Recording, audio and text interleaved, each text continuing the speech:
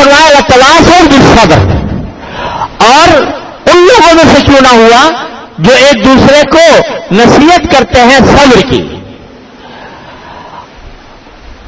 بتلانے کا مقصود ہے کہ آدمی کو صرف اتنا نہیں کہ اپنے ذات کے حد تک وہ ایمان لے آئے اور نیک عمل اختیار کر لے، بلکہ اس کے ذمہ یہ بھی ہے کہ اپنے دوسرے بھائیوں، دوسرے رشتے داروں، اپنے زیر اقتدار لوگوں کو وصیت اور نصیحت کرتا رہے اعمال صالحہ کی، صبر کی نصیحت، یعنی خود بھی صبر کیا۔ صبر کیا کیا کہ نفس کا تقاضا ہو رہا تھا گناہ کر لوں مگر رک گیا، یہ صبر ہے۔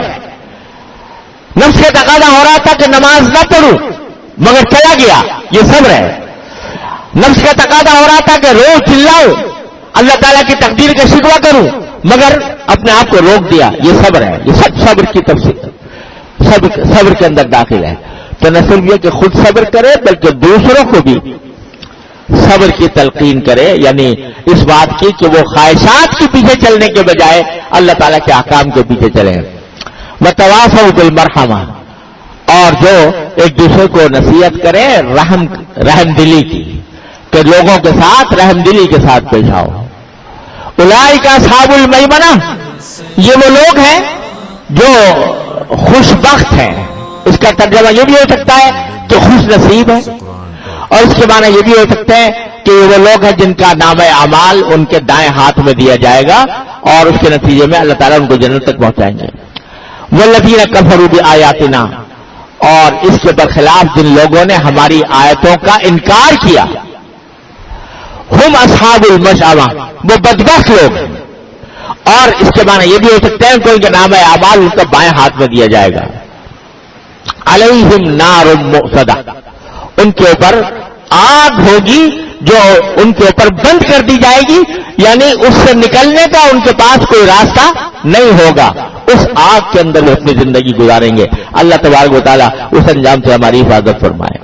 تو حاصل پورے سورت کا یہ ہے کہ اللہ تبارک و تعالیٰ کی اطاعت میں، اللہ تعالیٰ کے حکم ماننے میں، رسول کریم صلی اللہ علیہ وسلم کی تعلیمات پر عمل کرنے میں بعض اوقات انسان کا نفس دشواری محسوس کرتا ہے، لیکن انسان کا کام یہ ہے کہ وہ یہ سوچے کہ میری تو ساری زندگی میں دشواریاں کہیں نہ کہیں آنی ہے، تو کیوں نہ میں اس دشواری کو اختیار کروں جو اللہ تبارک و تعالیٰ کی طرف، اللہ تعالیٰ کی خوشنودی کی طرف، اس کے تیار کی ہوئی جنت کی طرف لے جانے والی ہے۔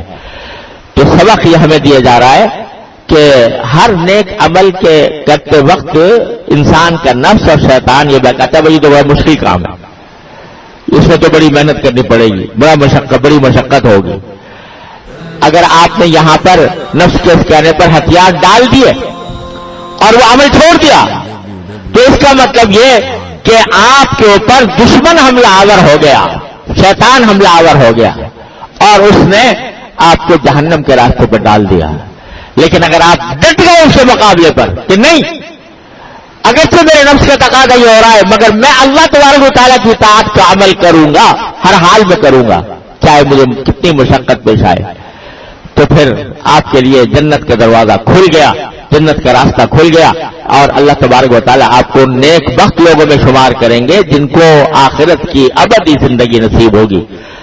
یہ دنیا کی زندگی تو پتہ نہیں کب ختم ہو جائے، کچھ پتہ نہیں، کس وقت آنکھ بند ہو جائے، کس طرح ہو جائے، لیکن مرنے کے بعد کی زندگی جو آنے والی ہے وہ لامتناہی ہے، اس کی کوئی انتہا نہیں ہے۔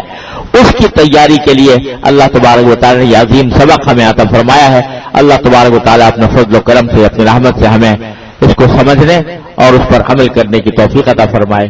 وآخر دعوانا الحمدللہ رب العالمین۔